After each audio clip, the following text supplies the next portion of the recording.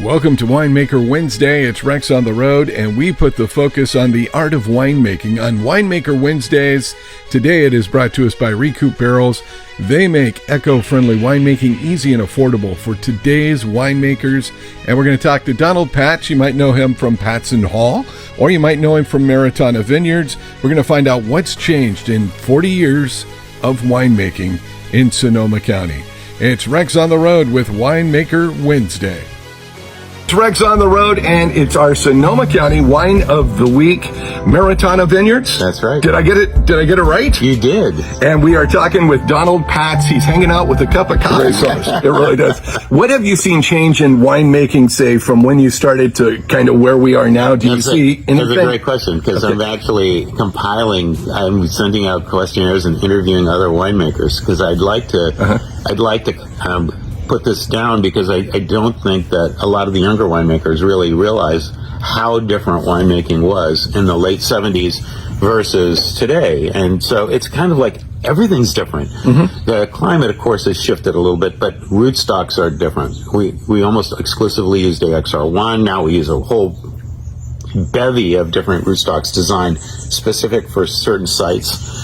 And then better clonal selections. But that's just the beginning. That's just the growing side of it. Mm-hmm. And willingness, first of all, the wines are expensive enough now, so you can justify doing some stuff in the vineyard that you might not have done.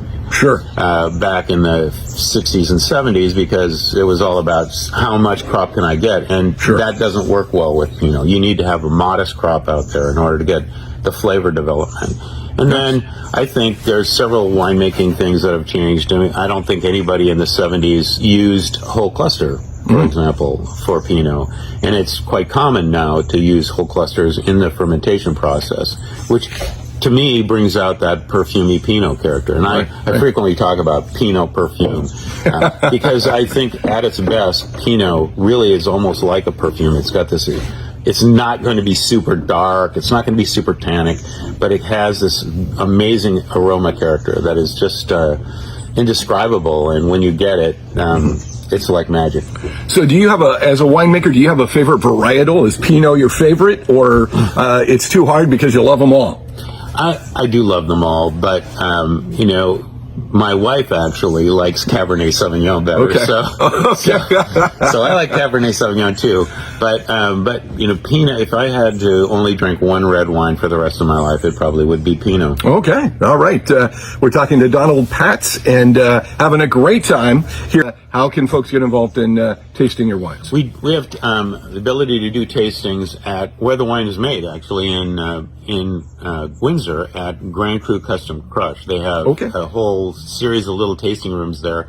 And when I'm available, I will do them. If not, then there's staff that can do them. Sure. So you can taste there. But I think the best way to be involved with us is to get on our website and to sign up for the email. Okay. And then hopefully Wine Club. Okay. Well, there you go. Yeah. The best way to get the rarest wines, especially.